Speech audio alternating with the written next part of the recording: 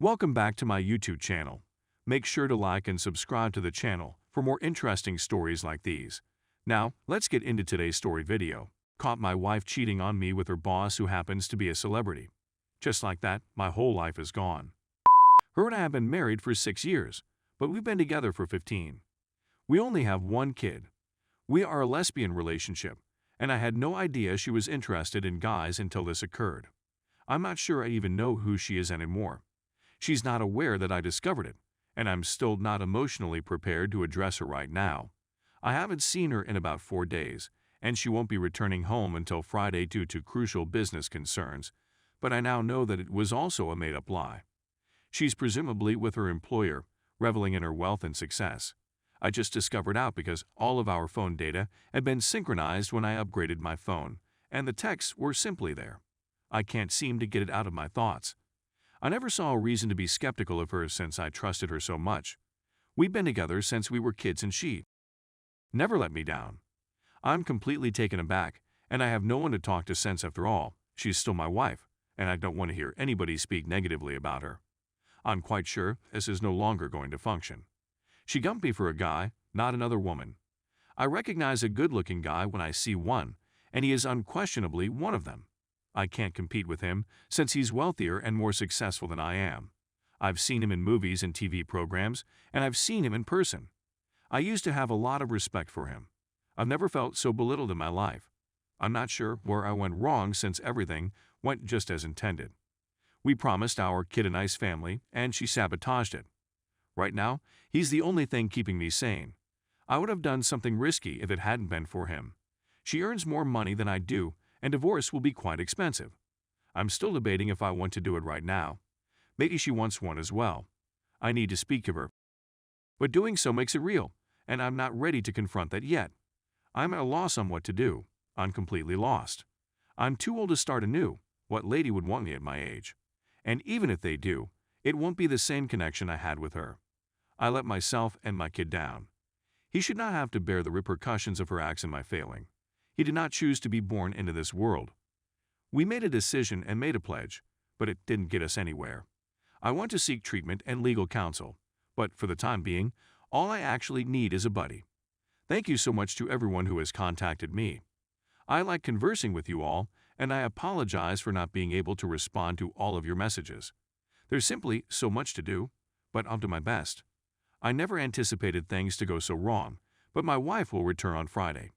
On the same day, I'll be meeting with a divorce lawyer. I'm hoping I can put on a brave front and pretend everything is well. I intend to conceal the fact that I am aware of her affair. This will put me one step ahead of the divorce proceedings, which will make me feel a lot better. It also allows me more time to collect proof. Please send me your best wishes. Update 1. A lot has transpired in the month since I last updated.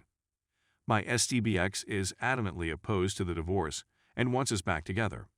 She is in such a state of desperation that she has had to seek the assistance of her family. Of course, she got it. Divorce will be very difficult since she refuses to cooperate.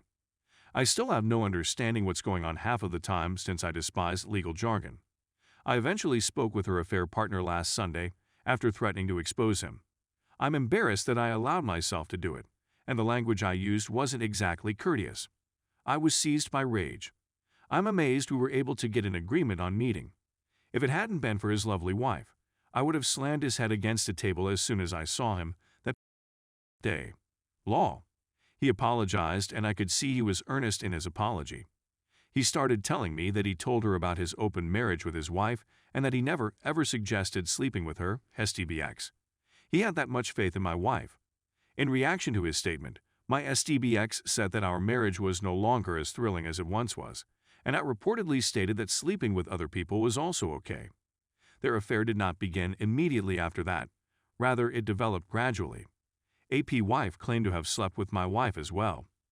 When she inquired if I was sleeping around, my STBX answered that I didn't want to just yet, but that I was completely happy with what she was doing as long as no one talked about it until I asked. I never mentioned this, nor did I ever believe our marriage wasn't interesting. Every day was magnificent with her. We do have a routine, but I like it. It made me want to do something. She lied to each and every one of us. It stings. I'm not sure I trust AP, but he has no motive to lie, since he provided me documentation of her stating this. I've gone missing on my STBX. While my kid is with her, I've been staying someplace else. She has been pestering me incessantly, seeming to care. Even if she did, the harm has already been done, and it's too late to undo it. It's excruciatingly painful, yet I'm also numb. I'm simply laughing at the scenario. She had a lot of fun with me. Even after everything, I still have a lot of feelings for her. I think about reconciliation from time to time, hoping that things will return to normal, that I'll recover from this, and that we'll be stronger as a result. But I know I'm worth more than this. Much, much better. I'm not a perfect person, and I've done some dubious things in my life, but I know that the good in me exceeds the bad. I'm a wonderful person who does not deserve this. I tried to be a good wife to her, and I did everything by the book. Nonetheless, this did not deter her from cheating. If is, there is nothing wrong with me. It is not my fault that she is unhappy in her life. Friends and relatives from all around the globe have been sending me messages of encouragement. It caused my divorced parents to argue merely to come up with methods to cheer me up. It's adorable, in my opinion. I've been considering going to Australia. Is this ever possible? Is it possible for me to bring my son? I'm thinking of bringing this up with my lawyer. I was speaking with an old acquaintance who lives nearby, and guess what? She also divorced her spouse 2 years ago. She has been a great source of comfort for me. Sometimes your life is polluted by negative memories, and you end up all over the place. Then all of your relatives and friends appear out of nowhere to pick up your shattered pieces. Then it doesn't seem so horrible anymore. I wish I could be there with them. I can't wait to get out of here. Update 2. Funny story. A week ago, my Facebook, a dummy one, reminded me of her adultery since I preserved all of the screenshots and photographs in secret for our divorce proceedings in case she cleaned out all of her data. She has more technical understanding than I have, so I was terrified that it would happen and I would lose all of my proof. My ex-wife cheated on me with her famous employer and his wife. For those of you who weren't there, she lied to him, telling them that we, too, were in an open marriage. Well, I can honestly say that 2021 was the worst year of my life. Her infidelity has harmed my mental health. I suffer from terrible anxiety and have been diagnosed with depression. At one time, I considered suicide. This is when I quit using social media and was MIA for a bit, but that's another tale. Let's just say I went utterly insane. We divorced, and I am now a free woman in her late 30s who is still looking for myself. The good news is that I was able to maintain our home because my ex-wife and her family insisted on it for the sake of our son's comfort. I couldn't resist the offer since it's such a wonderful place, and I can't afford to provide my kid the same lifestyle that she has provided for him his whole life. To be honest, I was able to retain almost everything. Despite their drive for our reunion, her parents have been quite supportive. My family members also flew in to support me, which was quite helpful. Her family and mine got along great, and it breaks my heart to know that I'll never have another friendship like that again. Since then, I haven't talked to my ex. I don't speak to her unless it's about our kid or one of her family's events. There's a lot of hatred and resentment in my heart and head for her, and I'm really trying to be nice to her when we're around other people. Our co-parenting, on the other hand, is excellent. We have a pattern that we stick to, and I can confidently say that I am proud of her for never skipping a beat with our boy. She has been and will continue to be a terrific mother. He is mine, yet she was the one who carried him. I can say that she has made every effort to clean up her mess, but it is a permanent mark on my life that she will never be able to remove no matter how hard she tries. She is desperate for us to return to work.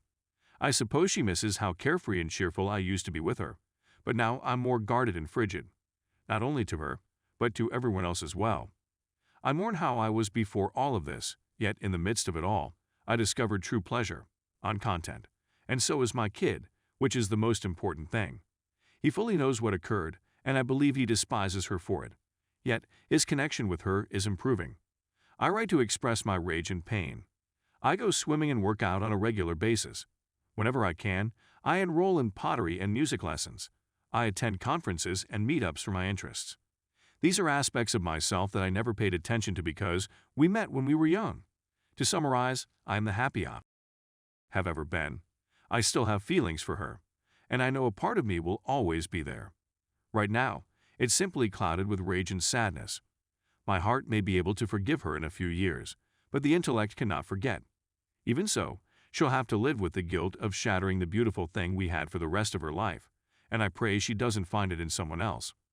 I couldn't even find the will to live a few months ago. Many of you who have been through similar experiences have been there for me every step of the way. I'm not totally healed, and I doubt I'll ever be. But there are certain aspects of my life that I look forward to every day. Things I do for myself that I would never have done if it hadn't been for the divorce. And I really hope you discover those things as well.